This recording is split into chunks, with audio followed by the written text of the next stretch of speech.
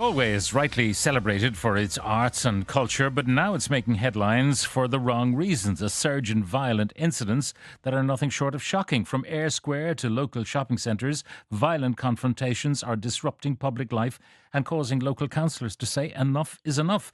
Well, I'm joined by two councillors, Michael J. Crowe of Fianna Fáil representing Galway City East, and Councillor Colette Connolly, non-party councillor from Galway City Central, and herself a former mayor. Good morning and welcome. Michael, first of all, what's going on? Good morning, Pat. Well, ultimately, in the last number of weeks, there seems to be various factions at war, effectively, on the public streets of Galway, as you alluded to yourself there, in shopping centres, main thoroughfares. And then on top of that, allied to that, there's also what you might call random acts of violent sporadic acts happening as well on the streets. And in the last 4 or 5 weeks, it just seems to have gone out of hand, and this weekend culminated in something that I suppose I never thought we'd see on the in the middle of Galway City on a bright end of summer's day, if you like. What happened?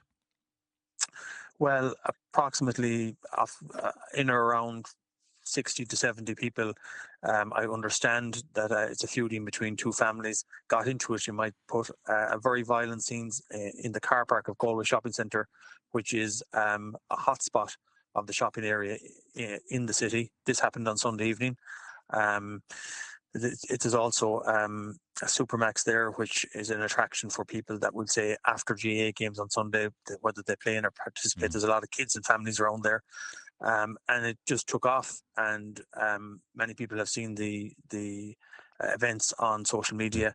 I mean, Pat, these were seriously armed people with slash hooks, knives, and a car that was driven into a crowd, not just once, but twice. Now, you say it's two families. We're talking about traveller families. When I hear slash hooks, unfortunately, I think this is what we often hear when there are traveller feuds. Are you saying this is about travellers? Because, I mean, there's been a lot of random, as you say, what we'd call gouger violence in Galway as well. There's been plenty of gouger violence, and I'm not going to get into this morning of the exact demographic of the people involved, but suffice it to say that it has to stop. And I can also confirm and tell you that the people of Galway City and County are sick to their teeth of this kind of carry on, if you want to describe it as that, going on in the streets. And the perception among the public, Pat, whether it's right or wrong, and perception sometimes is enough, is that the consequences of such actions just aren't severe enough. And I think that's what has to change in society. Were arrests made? Arrests were made, and in fairness, I have to commend Chief Superintendent Jerry Roach and Superintendent Damien Flanagan, because they have been on top of this as much as they can. But we're at a stage now, Pat, where the reality is that the ordinary guard on the beat, or the ordinary guards trained, just having the wherewithal or skill to deal with this. All right. Do you want some sort of public order unit?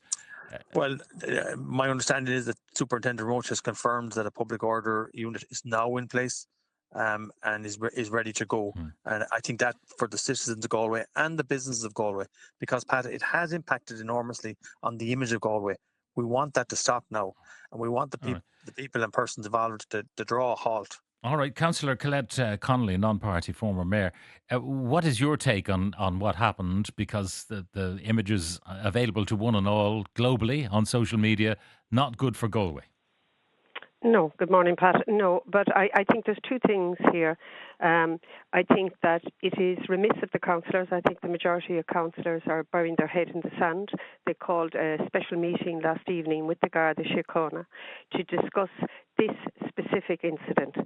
Now, I worked with the travelling community in education for over 20 years, and I'm well familiar with the feuding between families and rows that escalate out of all proportion, and I condemn such violence.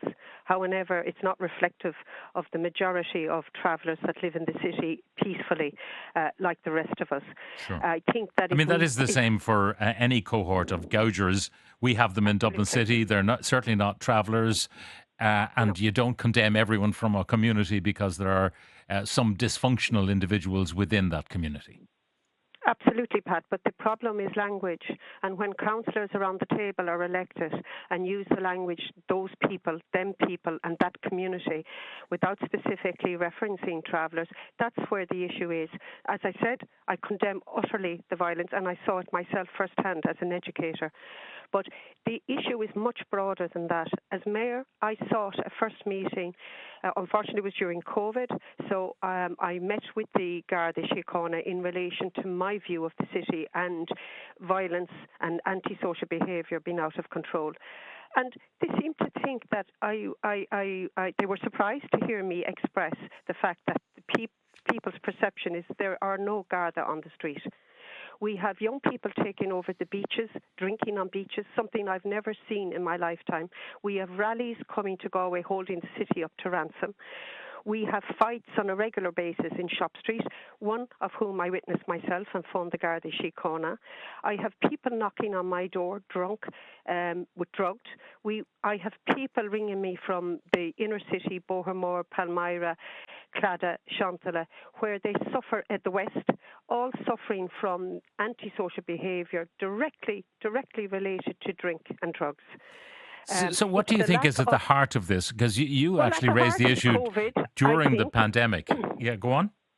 I think that the fact was the Taoiseach Leo Varadkar, I think the government gave no leadership during COVID. It was go out and party, the COVID scare is now gone. And people have lost the plot. They're not taking responsibility for their behaviour, and there is huge tolerance now for antisocial behaviour that wasn't there previously. Yeah. We have by the way, Colette, it's true, certainly in Dublin, there's a perception that the Yobs managed to take over the streets in that immediate after lockdown, when there were pints being served on the streets and there was a lack of policing at that time, and it emboldened a fraction of people who have stayed emboldened. Well, we can call them yobs. There are people in suits holding pints. We had the ridiculous situation of a pub serving takeaway pints without a lid, and that was ignored by the Garda Síochána. They have ignored this issue, and it seems to me that they're turned a blind eye to the drinking in public. Drinking in public there's a direct correlation between drug consumption, and antisocial behaviour. We don't have enough public toilets. The guards don't even enforce the existing bylaws in relation to drink and noise. We have enforced bylaws in Galway in relation to busking and amplification. That's completely ignored. We have religious freaks all the time in Galway shouting and spouting rubbish on an amplifying system, and nothing is done about it. We've had a young girl lose her eyesight, a young man, assaulted. I know directly, and a family member who came out of a nightclub, a young man, and was assaulted for absolutely no reason. No reason whatsoever. Now, the problem with all of this, Colette, something's got to be done, but the way you're describing it, no one would want to go to Galway on the basis of your description of the events that have unfolded. Well, this is the reality, Pat. I love my city. I'm a Galwegian. I was lucky enough to move back here 20 years ago from London. I love my city, but the city has changed, and the feedback I'm getting from locals who have in the estates built from the 1940s is it's out of control. It's out of control. How do we control it? We put back in place a vision for the city that does not give one group of people ownership of the city, but all. An inclusive city is what we've signed up to. But that needs policing, because, we can call on people to exercise personal responsibility, but of course, a few pints on them and they urinate in a doorway, they don't care, because if they perceive there's no consequence, if, on the other hand, they end up in the district court in Galway and publicised not just in local media but in national media that so-and-so from Dublin was caught urinating in a doorway in a whatever in Galway, and the employer sees it and all the rest of it, there are consequences. So maybe that's what needs to happen. Consequences. Well, Pat, I lived in London for over 10 years. I also lived in New York and some of the bigger cities. In all my years living abroad, I have never witnessed the tolerance of such behaviour here in Galway. And it has to stop because people have to get their lives back, and we have to get Galway back to an inclusive city that is mindful of everybody, the elderly, the disabled, young and old. But it is not just the crack, because the crack is not without inevitable serious consequences for everybody in the city. And we need more wardens and funding of the local authority, which is starved of staffing. Pat, we want wardens on the street, but they don't work after 6 p.m.